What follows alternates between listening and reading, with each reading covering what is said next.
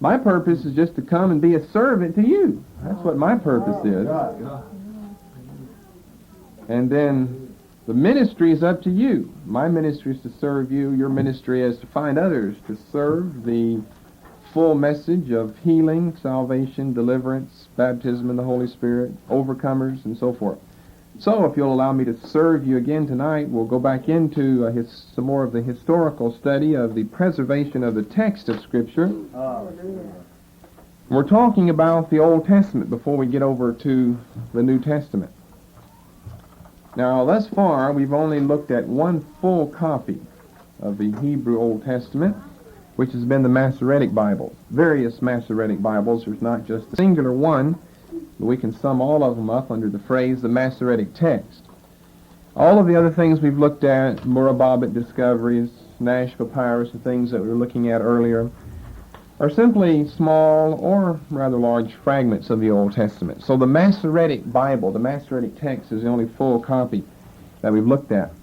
Now we want to start tonight looking at another section of the Old Testament.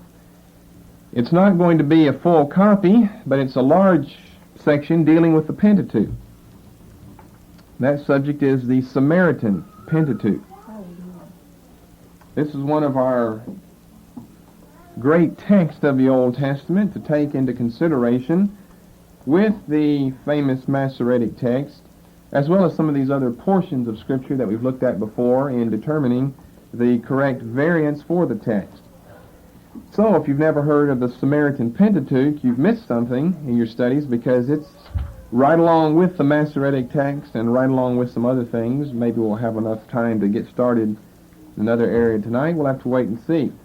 But you know what the Pentateuch is? The Samaritans. Those were those half-bred Jews, according to what the Jews felt about them anyway. There was no love lost between the Samaritans and the Jews on any account. And they certainly didn't like it when their temple ended up being destroyed by some of the radical-minded Jews in the 2nd century B.C. That didn't help the matter any. You see them mentioned over, for instance, in John chapter 4, where you have the meeting at the well, and the woman there at the well is a Samaritan. That's part of the point of the whole story. You don't just have two people talking about salvation. You've got one person, Jesus, of one religious belief, offering salvation, living waters, to someone who's of another religious belief. And obviously, if you're of another religious belief, you generally believe you've got the truth in your religion. You don't need to listen to someone else. You remember her talking about how their fathers worshipped on this mountain, and she said that the Jews are saying that Jerusalem, we'll come back to that passage and look at it specifically in a few moments, was the place to worship, and Jesus goes on to say, well, it's not there and it's not here, but it's in spirit and in truth. Amen. That the Father desires people to worship Him in and by. What about that story that Jesus gives whenever He's given the question about the identification of one's neighbor in Luke 10? And He says it was a certain Samaritan who was the hero of the story, not the Jewish Levite, not the Jewish priest. It was that certain Samaritan. So from reading the New Testament, the Samaritan people ought to be familiar to you. As I say, they're a half-bred people, part Jew, part Gentile. Final break evidently came between the Jews and the Gentiles sometime during the post-exilic era. That's partially seen in the books of Ezra and Nehemiah, as well as Jewish history between the Testaments, as well as a few of those references, some of which we've just mentioned from the New Testament. They didn't like the Jews, in other words, and the Jews didn't like them. Remember the subject, the Samaritan Pentateuch. Now, obviously, if you've been a part of the Jewish people and the Jewish religion, which the Samaritans were at one time they weren't Samaritans, they were Jews before you've got Assyrian captivity, Babylonian captivity, and various Gentile people imported into the land of Palestine, and a mingling of the marriage between these Jewish people and these Gentiles, Assyrians, Babylonians, and a lot of others, who had been brought in, who had been conquered, as well as the Jewish people, by either the Assyrians or the Babylonians. So since they're not a purely Jewish people, they might just have a little bit of problem with the Jewish Bible. So as a result, they write their own version. That's known as the Samaritan Pentateuch. They take the Torah of the Jewish people, they make some important changes in it, and we end up with the hybrid Samaritan Pentateuch. Now, they regard it alone as canonical. They don't like the prophets, they don't like the writings, because the prophets and the writings are going to contradict some of the important, significant changes they've made in the Jewish Pentateuch. Which means that in order to embrace with open arms the prophets and the writings, you're going to have to go into them and change them around the same way that you've changed the Jewish Torah or Pentateuch around, which was simply, I suppose, too monumental of a task for them to engage in. Now, there's really a twofold reason why they change the Pentateuch to their own liking. In the first place, it's to make a more complete separation between themselves and the purely Jewish people. And secondly, it was to legitimize their own religious existence, because the practices of their religion are in contradiction to the Jewish Pentateuch. So, what do you do if the Word of God? You tell me. What do you do when the Word of God is in contradiction to your experience? Which do you change? Well, you always change the Word. That's what people tell us anyway. Whenever your religious experience is out of line with the Word of God, rather than change yourself, you change the Word of God. So that's not a new problem. Everybody does that. Everybody has a conscience. Everybody knows on an occasion that they're wrong here and wrong there. And if you're of a religious foundation, then you want to change your religious handbook so that you're in agreement with it, rather than change your life. The Samaritans couldn't dare do that because they would lose all their prestige. They would have to admit that they are not of the pure seed of Abraham like the Jewish people were, and a lot of other things. So let's look at some of these differences. They're very important differences. Around 6,000 differences between the Samaritan Pentateuch and the Masoretic text. Now, they kept to the old archaic form of the old square Hebrew script that had passed out centuries before, when the Jewish people had gone on, along with the current trend of the time, to adopt the smoother writing and reading of the Hebrew script. So the Samaritans thought they would be a little more orthodox and old-fashioned to stay with the archaic script, and so down to this day, it is a hybrid form. It's an archaic form of the old square Hebrew writing. In one of the early messages on the Hebrew language in this class, we talked about the change between the old form of the square writing of the Hebrew letters and the newer form. So they stayed with the older form to make themselves look as though they're a little closer to the original giving of the law, the Torah, the Pentateuch. Now, out of these 6,000 differences, most of these, and I don't mean like the vast majority, that'd be like 90%, the percentage is lower than that, but most of them are minor changes, orthographical changes, changes in grammar, changes in spelling, changes in the ending of a word, or something like that. But there are about 20 important passages in Deuteronomy, and one important passage in Exodus 20. We're going to look at the latter of those and some of the ones in Deuteronomy that constitute some very significant changes, and which show us some things about the Samaritan people. Right away, we see what they've done here in Exodus 20, and several passages spread out from chapter 12 to chapter 27 in the book of Deuteronomy. So, we'll turn over to Exodus 20. Now, they've made a change. They've really made a blunder, because they've made a change in the most sacred part of the Torah, which is the revelation of the moral principles by which Israel was to be governed, known as the Decalogue, which comprises verses 1 through 17. Now, they're not really changing anything in the Decalogue, but they're adding something to it. In the Samaritan Pentateuch, there's an extra verse stuck in between verse 17 and verse 18. You see, you've got the end of the Decalogue: thou shalt not covet thy neighbor's house, thou shalt not covet thy neighbor's wife, nor his manservant, nor his maidservant, nor his ox, nor his ass, nor anything that is thy neighbor's. And all the people saw the thundering. So you've gone now from God speaking, and God spake all these words, verse 1, down to verse 17. to the historical writer telling us the response of this from the people. And all the people saw the thunderings, the lightnings, the noise of the trumpet, and so forth. And between those verses, you've got another little verse stuck in. I don't remember what the whole thing says, but it says to the effect, "And thou shalt build my holy temple on Mount Gerizim." Well, it's no minor thing. It's a significant change. Of course, it's going to affect the rest of the religious historical existence of both the Samaritans as well as of the Israelites. Because guess what? The Israelites didn't build their temple on Mount Gerizim. So, had that been in, we could call it, I guess, Exodus 20 and verse 17 and a half, then Israel's really out of line with the most important chapter of her Bible, Exodus 20, in that she built a temple somewhere else. Now, if you go over to Deuteronomy chapter 12, well, a lot of places here in chapter 12, I'll show you where, again, some very significant changes are made. Without being so obvious as using the word Gerizim, they just change the tense of the sentence. Deuteronomy 12, let's see, verse 5.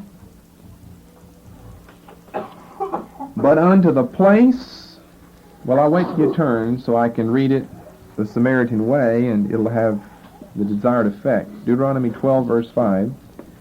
But unto the place which the Lord your God hath chosen out of all your tribes to put his name there, even unto this habitation shall ye seek, and thither shalt thou come. Down in verse 11.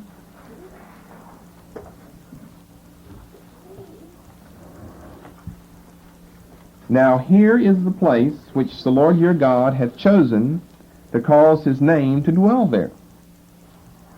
You see, there are some significant changes here. And it's a change in the tense. Verse 18. Let's see, before we get to that, verse 14. But in the place which the Lord your God hath chosen, in one of thy tribes, there shalt thou offer thy burnt offerings, and there shalt thou do all that I command thee. Then verse 18. But thou must eat them before the Lord thy God in the place which the Lord thy God hath chosen, thou and thy son, thy daughter, thy manservant, thy maidservant, and the Levite, and so forth. Verse 26, only thy holy things which thou hast, and thy vows thou shalt take, and go unto the place which the Lord hath chosen. And over in chapter 14, I just give you a few of these. There are around 15 or 20 occasions here in Deuteronomy where the text has been changed by the Samaritans in regard to the sentences that speak, according to our version, of the future selection of a particular place for God's name to be placed. Chapter 14, verse 23, thou shalt eat before the Lord thy God in the place which he hath chosen to place his name there. The tithe of your grain, of your wine, of your oil, the firstlings of your herds, your flocks, that thou mayest learn to fear the Lord thy God always. The 20th verse of the next chapter. Thou shalt eat it before the Lord thy God year by year in the place which the Lord hath chosen, thou and thy household. Chapter 16 and verse 2. Thou shalt therefore sacrifice the Passover unto the Lord thy God of the flock and of the herd in the place which the Lord hath chosen to place his name there. And then the important passage is over in chapter 27, verses 4 through 8. Now, why is all this being done? Well, obviously the Samaritans see that the Jewish people have obeyed what was said here in the Torah, although, of course, the Samaritans wouldn't admit it down to this day, the 300 or so that are left over in Israel, that the Jewish people did fulfill what God had said by building a temple. It was a future place, it's future tense, it's a future reference where God in the future was going to select a place and going to say, there's where my name is going to be. It's going to be my holy mountain, it's going to be my holy city, and so consequently there you will build my holy temple. And so they get them a holy city, and then nearby, although it's not the same thing, nearby they get them a holy mountain, and then lo and behold, they build them a holy temple there.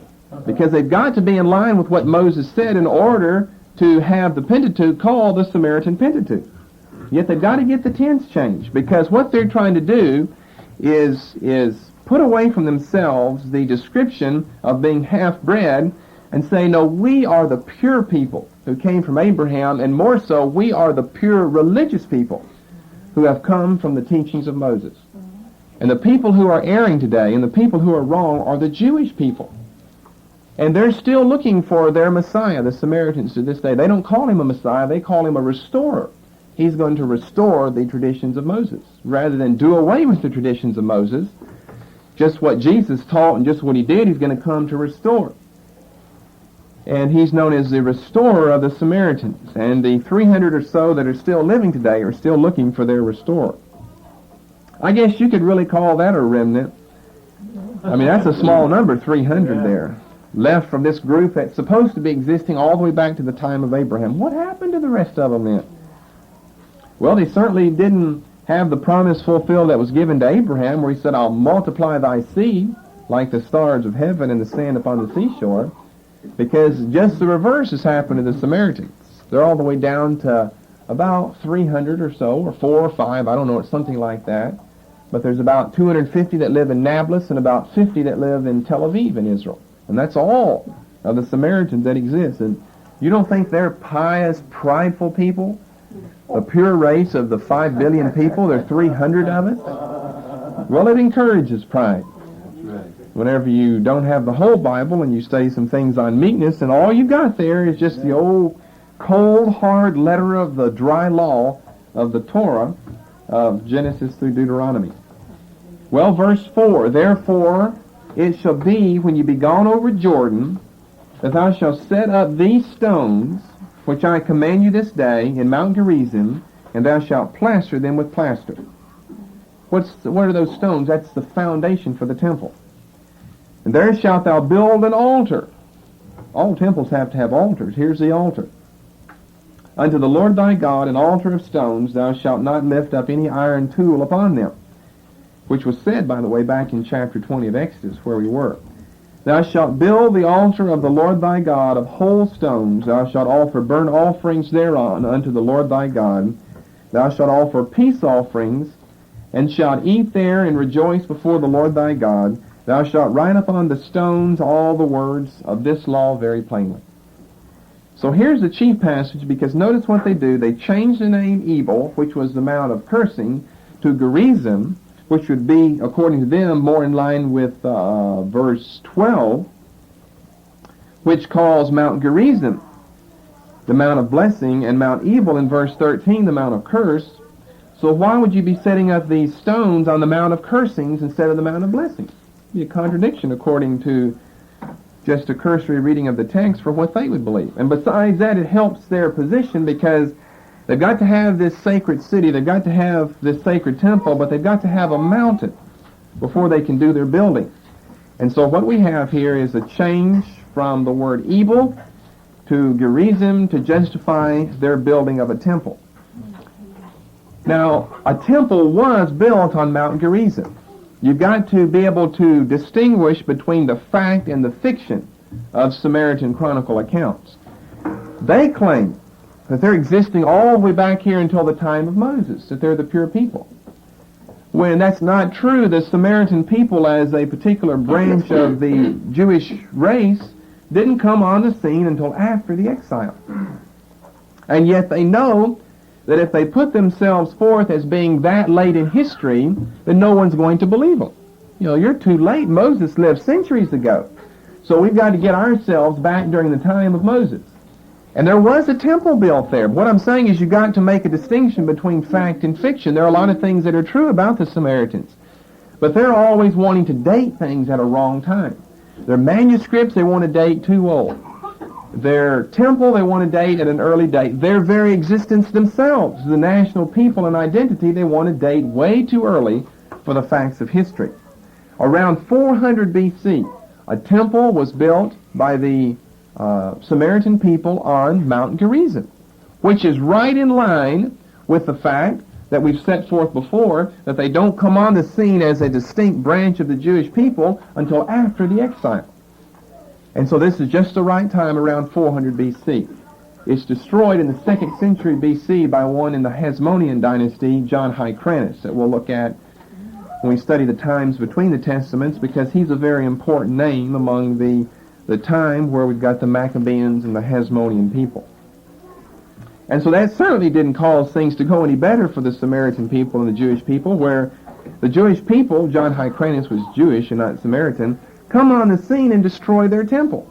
And yet what they wanted to make it out to be as a temple that had been built in accordance with Exodus 20, Deuteronomy 12 through 27, long time ago. That they were the pure people. That Israel, the Jewish people, they were the sinful people who built their temple down there in Jerusalem, when God didn't say, I'm going to show you a place in the future, I'm showing you my place now, and it's Mount Gerizim. And they had their ancient city of Shechem, which to them at that time was known as Nablus, which was a famous city from way back in the narrative of the patriarchs in the book of Genesis. Shechem was a famous city back there that the patriarchs had visited. Jerusalem, that was controlled by Adonizedek, one of the pagan kings there. So Jerusalem certainly couldn't be the important city for God and for the Jewish people when nothing important was done there in the past. It was an important Canaanite city and not Jewish city. But you go back to Shechem, you go back to Bethel. Now there are some important Abrahamic, Isaac cities in the narratives of the patriarchs in the book of Genesis. So they're trying to justify themselves at an early date, but they're really building the temple around 400 BC. Now this Pentateuch of theirs, besides the 6,000 differences in what's written, it has a tendency towards repetition and towards expansion. They've changed it in other places, I'm saying, besides just these references to their temple. That's specifically what all of these have been for, a reference to their temple, because there's where your national identity is. They get a sacred city, Shechem, they get a sacred mountain right beside it, Gerizim, which is the Mount of Blessing, Deuteronomy 27:12, and they build their sacred temple there. But more has been changed in that. As you study the Samaritan Pentateuch, it has a tendency towards repetition, towards expansion. Exodus 20, verse 17 and a half is a good example. They take something of Moses, and if they don't really like it, they kind of expand on it. And in the expansion, they change the import of what he said. Or if they do like it, and they wish that Moses had been a little stronger, then they just add in a little bit. Remember, this is what we've got in many of the variants in the New Testament. They were added in for the sake of orthodoxy, not for the sake of error, for the sake of misleading the people, but to make the passage stronger than it really was. We gave you a lot of those. We said you have to be careful of trying to make the passage stronger than it is. Like 1 Corinthians 6 and verse 20, they want to make it stronger than it really is there, by slipping some spiritual qualities in there besides just the physical qualities. In going beyond that, we can say that the Samaritan Pentateuch was known as early as the time of Eusebius, Jerome. It was known later than that by Augustine. It was known by people earlier than that, like Josephus and Philo, all of which, by the way, felt that it was very, very important rendition of the Old Testament. So although it was known by some of the early church fathers, interest in the Samaritan Pentateuch was not really revived until after the time of the Reformation, when in the year 1616, an old copy of the Samaritan Pentateuch was discovered in Samaria by one Pietro della Valle, V-A-L-L-E. It was bought. It was brought to the library of the Oratory of Paris, put on display, and for the first time made known to Western scholars. That is, made known in a literal extant existence. Stories had been circulated of a Samaritan Pentateuch before, but Western scholars didn't have a copy. Remember, we're not talking about the Jewish people who ended up during these years as well as before being spread all over the world, including all over Europe. We're talking about a select group of a private people still back in Palestine, still back in the Samaria area. And therefore, their text is not going to be just all around the world like you can have of the Masoretes or whatever. You've only got a handful of people then anyway. James Ussher, Archbishop in England, obtained 6 Samaritan Pentateuch manuscripts during his lifetime, which was a large collection which still exists in England.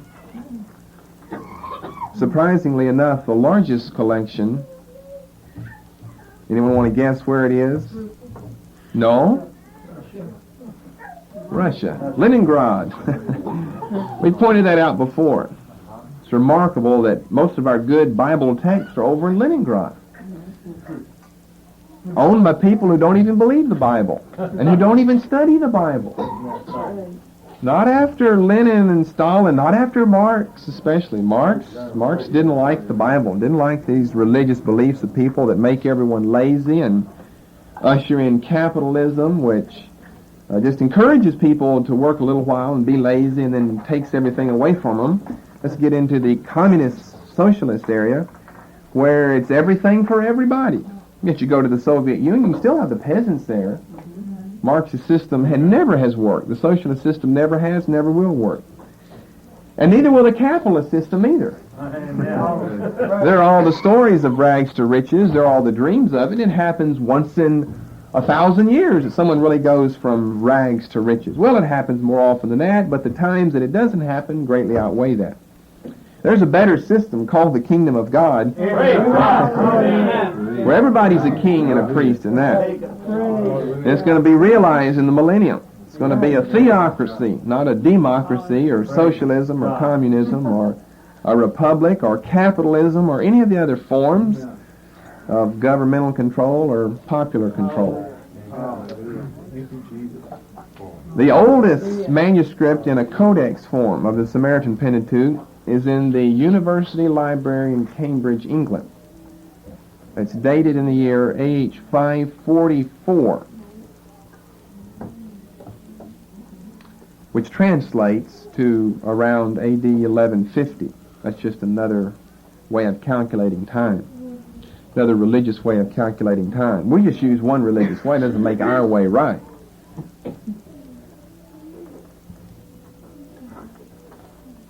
Got quiet after I said that. Now you're guessing, well, was Jesus crucified only 200 years ago or what?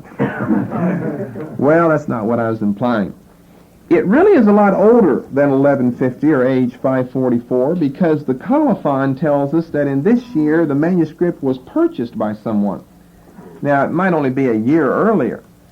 If that's all that you have in the colophon, it was purchased.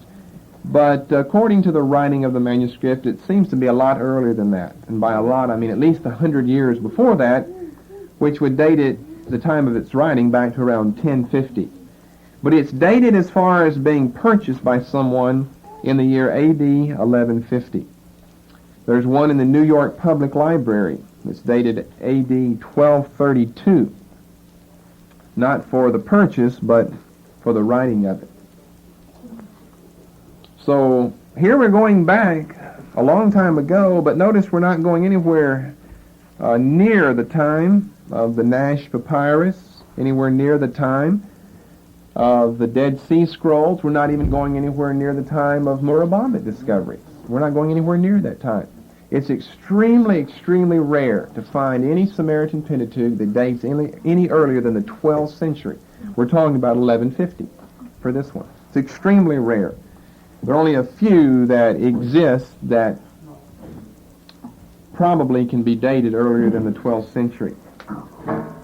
Now, the year 1616, with regard to the Samaritan Pentateuch, we're saying was important because for the first time it's made known to Western scholars. Then in 1645, it was for the first time published. Of course, it's written in Hebrew. We're still talking about a partly Jewish people, so we're still talking about the Hebrew language. And remember, we're talking about the old square Hebrew script, not the more contemporary form of writing. It was first published in the Paris Polyglot in 1645, and then for a second time in the London Polyglot in the year 1657, which really is going to serve to revive interest in long-lost Samaritan Pentateuch now that it's made available not just one copy, but a translation of it for the scholars of the Western world. Now, before moving on beyond this history, I want to give you another historical account that's very interesting regarding an ancient copy, an ancient scroll of the Samaritan Pentateuch known as the Abisha scroll, Abisha. Now, this Abisha was allegedly the great-grandson of Aaron. So it would be Abisha ben Phinehas ben Eleazar ben Aaron. It's a copy of the Samaritan Pentateuch that is possessed. It's the most prized of all existing copies of the Samaritan Pentateuch, and it is owned by the high priest, by the temple, the community of the Samaritan people in Nablus down to this very day. It's the most prized of all existing copies of the Samaritan Pentateuch, and it is owned by the high priest, by the temple, the community of the Samaritan people in Nablus down to this very day. Matter of fact, I've got a picture of it. It's a famous picture because, and it's seen in a lot of different books and different publications, because their high priests are so famous with their long beards and their little Pentateuch standing before them. You've probably seen this picture published in other places. Here's the Abisha scroll.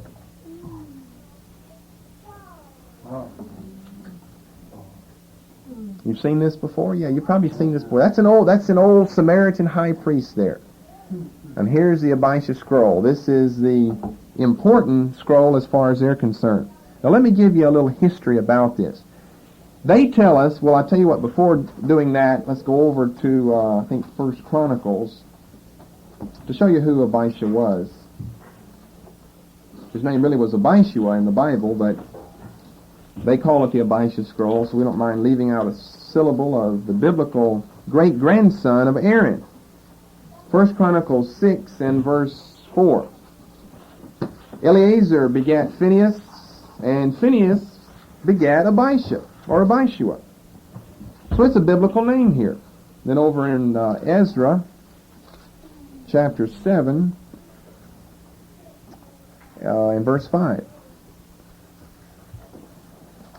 The son of Abishua, the son of Phinehas, the son of Eleazar, the son of Aaron, the chief priest. Now obviously, since we're calling it, or since they call it the Abisha scroll, the contention is this scroll was written by Abisha. So you see how long ago this was. We're putting this way back hundreds of years before the dates for the discovery of the Dead Sea Scrolls. We're back centuries before that. If we're going back to just 3 generations removed from Aaron, the high priest, back 1400 BC. It has a little note in there. Well, I'll go ahead and give the note to you in the colophon, which lets us know, according to them, who wrote it, which says the following: I, Abisha, the son of Phinehas, the son of Eleazar, the son of Aaron the priest, then in parentheses, to them be the favor of the Lord and his glory. I have written this holy scroll at the gate of the tent of assembly on Mount Gerizim, in the house of God, listen to this, in the 13th year of the settlement of the children of Israel in the land of Canaan. This is back during the time of Joshua. That's how long ago it was. Then I thank the Lord, period. I, Abisha, son of Phinehas, son of Eleazar, son of Aaron the priest, to them be the favor of the Lord and his glory. I have written this holy scroll at the gate of the tent of the assembly on Mount Gerizim, the house of God, in the 13th year of the settlement of the children of Israel in the land of Canaan. I thank the Lord. So we're putting this back thousands and thousands of years ago. Now, if that's valid, of course, we'd have the most remarkable biblical text that's ever existed before, as far as something that we've got extant with us today. But very obviously, this Pentateuch is made up of 2 portions. Genesis 1 through, I believe, Numbers 34 is one portion.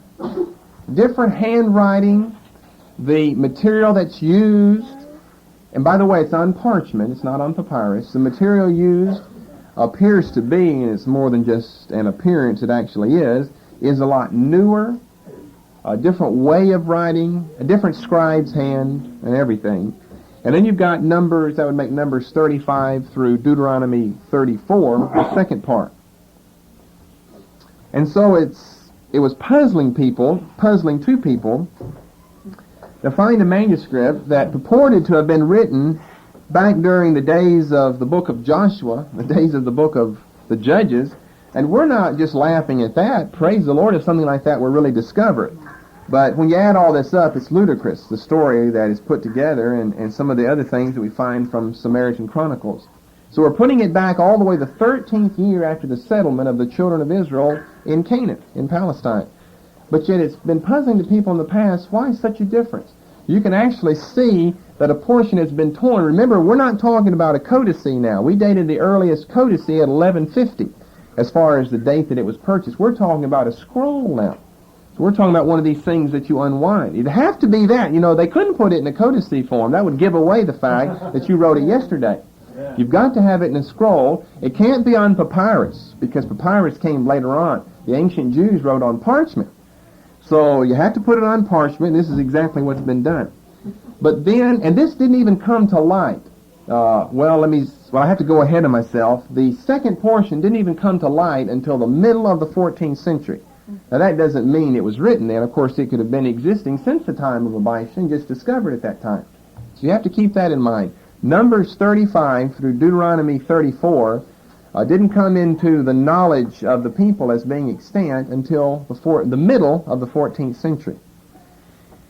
Then there's a peculiar story in the writing of a Samaritan Chronicle, and this writing dates from the beginning of the 14th century, that tells an account of how a short time before that there had been a great outdoor open ceremony among the Samaritan people where the high priest brought the sacred Abishai scroll out that had been written by Abishai and unrolled it and read the exhortations and the law, the precepts, the commandments of Moses to the people. And in the midst of doing this, a great wind came up and snatched the scroll right out of his hands and ripped it in half. Or not in half, we found out later, but ripped the scroll, and they don't even go on to tell us what happened to all of it except to say, and some of it's been lost, and we don't know where. Remember, we're writing, that's being written the early part of the 14th century. Whoever's writing this doesn't even know of the existence of either part of it this time, because the latter part doesn't show up. The latter part is the older part. And what appears to be the case is that whenever someone did find, whenever it was discovered, the second half of it, someone put and that's literally probably what happened. It was an ancient scroll, but of course it doesn't go back to the time of Abishai. But this second part of the scroll was part of an ancient scroll because it shows a tear in it. It's been torn completely apart right there. And not like an easy tear, it's like it's been ripped, like by a great wind.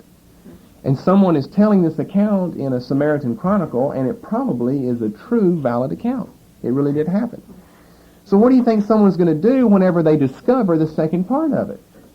They're going to forge the first part of it and say, here's the great Abishai scroll, or Abishua scroll, that goes all the way back to the 13th year of the settlement of the children of Israel. Well, because of all the obvious things in the first part of the scroll, you can tell it's nowhere near that age. Someone forged it and put it back together by sewing it together. In the first place, showing us that the Samaritan Chronicle, telling us about the wind and the ripping of a manuscript, is true. And in the second place, showing themselves not to be very wise by giving a forgery that's such a poor example of a forgery. And besides that, the second part itself probably doesn't date any earlier than A.D. 1045. And this is the one that they use, this is the one that they claim dates back to the time of Abishai. But it would be next to impossible, without some great means of preservation, for that to have existed that long, and they don't give us any account of how it's existed that long, except to tell us we've always had it among the Samaritan people. You see, it wasn't like the Dead Sea Scrolls sealed in these jars that possibly could and have lasted for a couple of thousand years. But if that's a scroll you've been using since the times of Abijah, it would have been worn out centuries ago. But holy people like holy manuscripts and like to pull the wool over some people's eyes. So it appears that this latter part, this earlier part was attached at a later time, was written at a later time as well, that the earlier part dates back to the middle of the 11th century A.D., which makes it old, but of course we're still not talking about anything nearly as old as the Dead Sea Scrolls. So even if you got it 1045, that's really not helping us out very much. I want to show you what the text looks like in a full color page, because their writing is quite a bit different from some of the other manuscripts. The full page here is a picture. They don't let that out of their sight at all, and it's very rare whenever they'll let some foreign person see the Abijah scroll.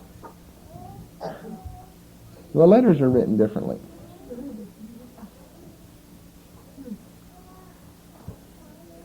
So you'll probably see pictures, at least of the high priest holding his scroll, and you can now know that it's referred to as the Abijah scroll. There's true history behind the fact that it was that manuscript back, we don't know how long before the beginning of the 14th century, that during an open-air ceremony was torn, ripped right out of the hand of the high priest who was reading it, and someone later put it together once that part was discovered or rediscovered in the middle of the 14th century. Now, as I say, it uses the old Hebrew script like we studied before was in the Siloam inscription and the Lachish letters and different things like that. Whenever it first came to public view, first of all in 1616, by the purchase of a copy by Delaval in Samaria, and then later in 1645 in the Paris Polyglot, in 1657 in the London Polyglot, then there was great excitement between scholars of the Western world, since they thought, now we've got something that is so old that perhaps it'll even be better than the Masoretic text. Dead Sea Scrolls, of course, weren't discovered, weren't known about, weren't heard of at that time, so they thought, now we're going to be going back earlier than the Masoretic text. We're getting back, of course, they didn't all believe that it was back to Abishua, but maybe back to when they built their temple around 400 BC. If that's true, we're going earlier than 100 AD, the beginning of the standardization of the Masoretic text. So there's great excitement to begin with. This is back in the mid-1600s. By the early 1800s, generally people peg the date 1815, the scholars of the Western world critically were denouncing the Pentateuch as being absolutely worthless of the Samaritans, and not worthy of study, not worthy of comparison with the Masoretic text, and of no value for textual criticism. Now, the pendulum has swung in the other direction, and we've reached more or less a balanced view of saying that there are a lot of interpolations in the Samaritan Pentateuch, but that it's very valuable, it's very useful in comparing it with the Masoretic text as well as with the Septuagint. Now, it differs from the Masoretic text in about 6,000 places. 1,900 of these places where it differs with the Masoretic text, it agrees with the Septuagint. And so the conclusion to the whole matter of the Samaritan Pentateuch concerning its usefulness with regard to textual criticism, that's the only reason we'd be studying it, except as being a historical memorabilia from the Samaritan people and their religion, is that whenever the Samaritan Pentateuch agrees with the Greek Septuagint, then probably that is to be preferred over the Masoretic text, which means 1,900 places. Probably, not always, but probably. Whenever the Samaritan Pentateuch and the Septuagint, the Greek version of the Old Testament, agree with one another, then we should take the reading of those two as opposed to the Masoretic text.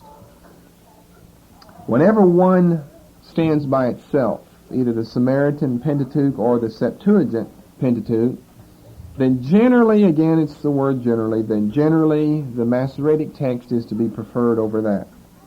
So only when you have a couplet reference here between the Samaritan and the Septuagint Pentateuch would that be relied upon more favorably and heavily than the Masoretic text. There are other disagreements in the Septuagint between it and the Masoretic text, so you have to take, you see, what I'm saying is all these things into consideration. You can't just base everything on the Masoretic text. It appears that the Samaritan Pentateuch was transmitted along a line of transmission and copying totally distinct from the transmission of the Masoretic text, which makes it a very, very valuable reference tool. Because it's not just borrowing, in other words, from the Masoretes and changing things where it would rather have something else. You have a totally different line of transmission for the Samaritan Bible, their Bible, which would be just the Pentateuch, as compared to the Jewish Pentateuch. Okay, if you have any questions on that, then we're going to go on and look at the Septuagint then. Start looking at it anyway. Because all the Samaritan Pentateuch concerns are just the 5 books of Moses: Genesis, Exodus, Leviticus, Numbers, Deuteronomy. Okay, let's go on to look at the Septuagint. We're going to start looking at it tonight, and then we'll probably deal with it in full in the next teaching, because there's a lot to say about the Septuagint. And I can forewarn you that there will be a lot that we're not going to say about it, because then we're going to have to go over to Acts 7, we're going to have to go over to Hebrews 1, a lot of other passages. We're going to have to go over to Acts 15 and look at some New Testament passages on where they differ from what we have in our Old Testament, which can be more properly dealt with under another study.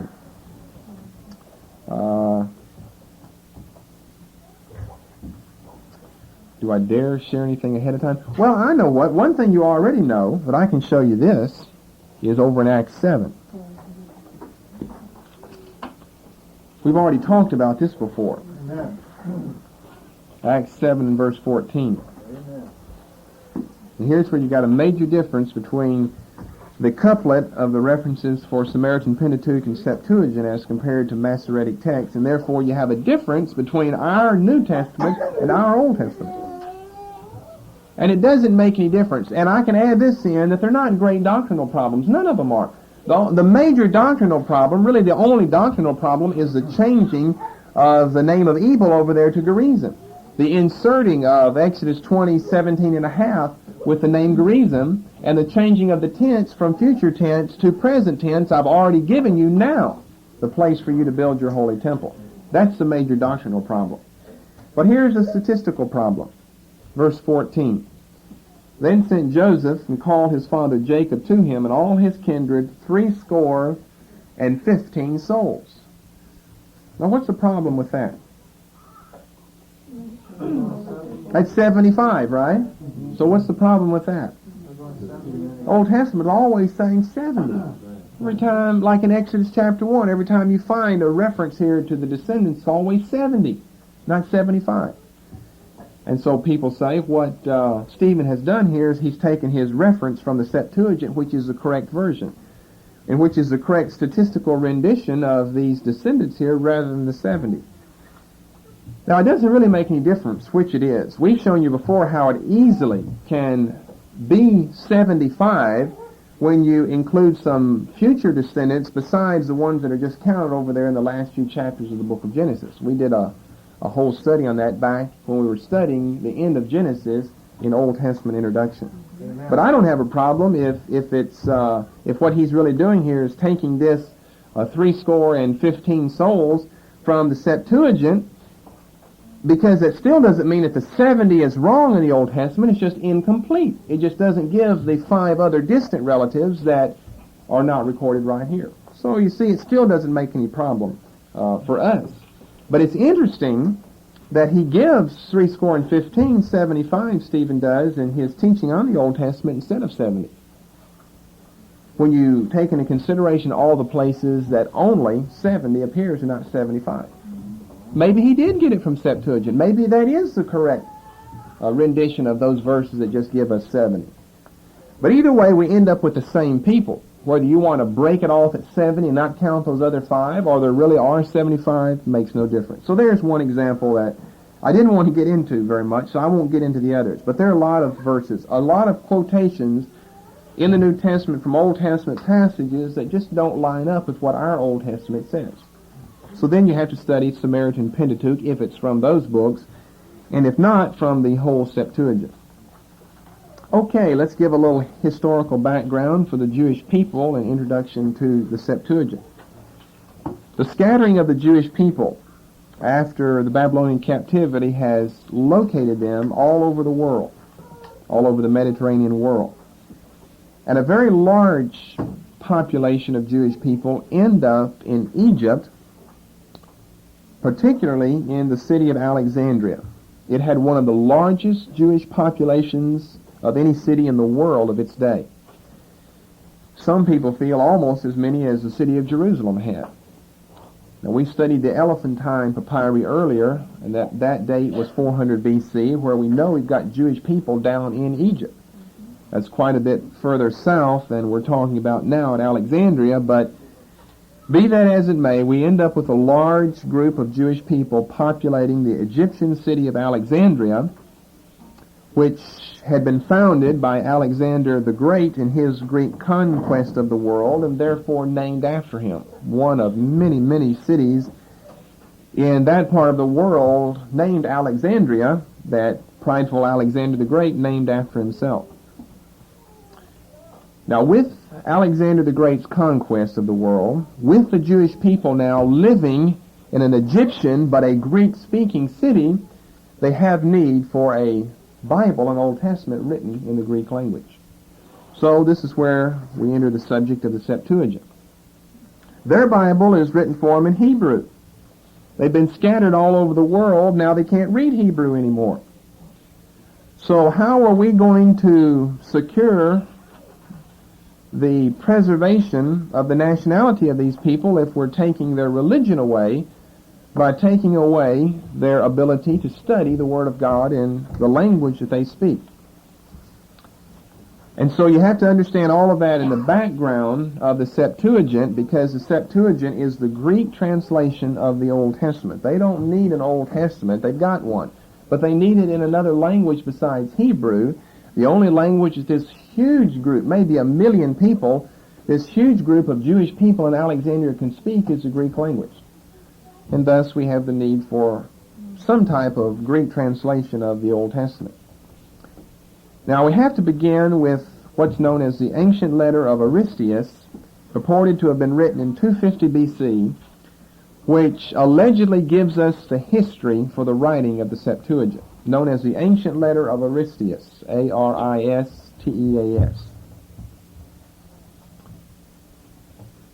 And it's well known, a very famous letter. Aristeas was an official of the court of King Ptolemy Philadelphus, who was king in Egypt in 250 B.C.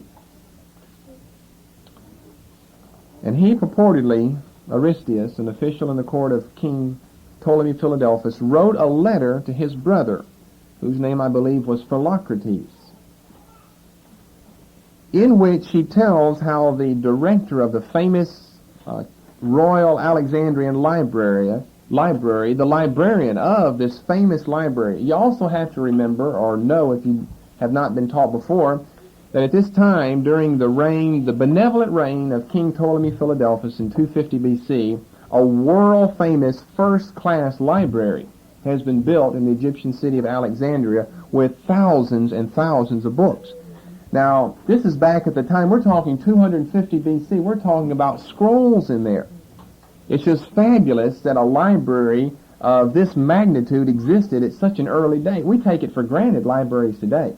We're talking about ancient times, a couple of thousand years ago.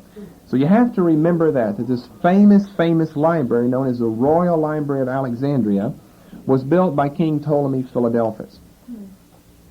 Okay, to get back to the story, Aristeas tells his brother Philocrates how the librarian, whose name was Demetrius, was concerned about the incompleteness of the royal library in the fact that it didn't have a copy of the Jewish Bible in the Greek language. Now, he was thinking of this. Remember, all of this is under the assumption of being purportedly written by Aristeas. We're going to show later how it simply couldn't have been. But the reasoning, according to Aristeas of Demetrius, the librarian of this library, would be that since we have such a large Jewish constituency here, our library, our world library that people all over the world have sought to, is incomplete without a copy in our language. They all spoke Greek there, both the Jewish and non-Jewish people, of the Jewish Bible.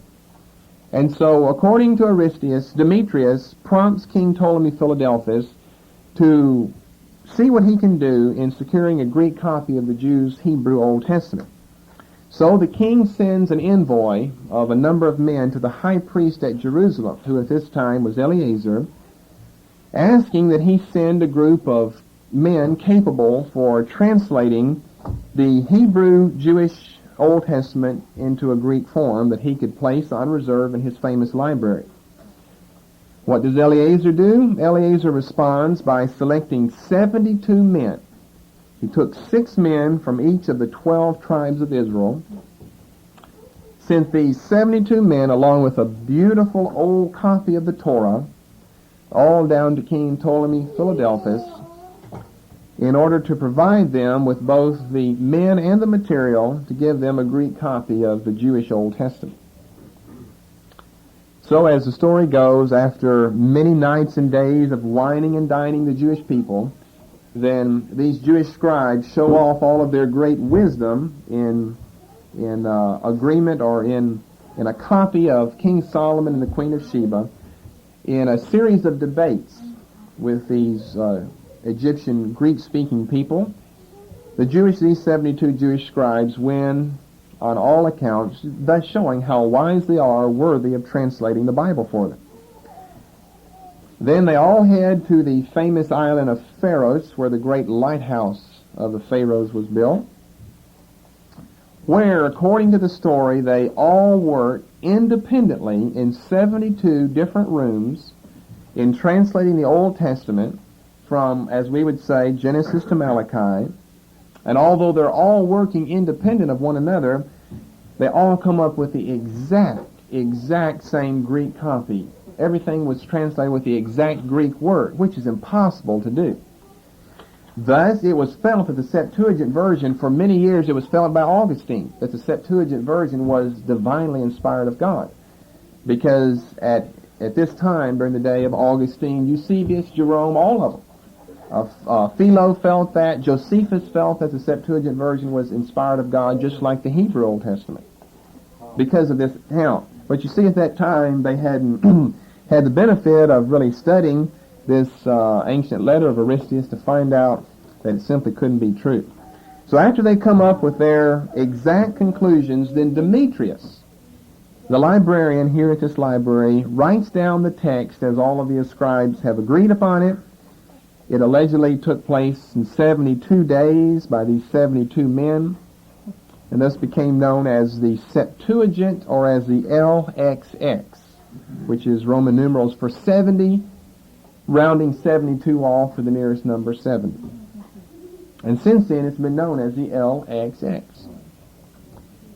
Well, most likely this is a fictitious explanation of the origin of the LXX. Common sense, as well as a little study in history, tell us that it wasn't this letter of Aristeas that's so true in telling us what Demetrius had encouraged the king to do. It wasn't that it wasn't that the king, although that makes good logic and good reason, it wasn't that they were concerned about the incompleteness of the library. It was that the Jewish leaders, the official leaders of the Jewish people in Alexandria, were concerned themselves that neither they nor their people had a Bible that the average Jew could read and could understand. And so the odds are it was not a group of 72 Palestinian Jews that translated it. It was a group, we don't know how many, of Greek-speaking, although of course they could read and speak Hebrew as well, or they couldn't translate it, Alexandrian Jews. And that is one reason why we have a lot of differences in the Septuagint. I remember some examples that we gave in some earlier teachings. Well, I don't want to get back in that. But some of the words in the Septuagint, the way they've been translated, show an Alexandrian view of cosmogony and cosmology and a lot of other things that the Hebrews never conceived of at all. And that shows us right away that it was written not by the Orthodox official Palestinian Jewish people, but by the Alexandrian Jews. So evidently, the letter was not written 250 BC. It was probably a true letter, but it was written around 100 BC.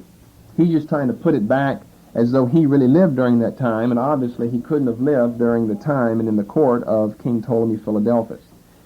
Around 250 BC, we have the Pentateuch, probably translated, and the rest of the Old Testament followed in the next century, from 250 to 150 BC, during a great cultural and educational revival among the Alexandrian Jews that we know to be true from a study of history.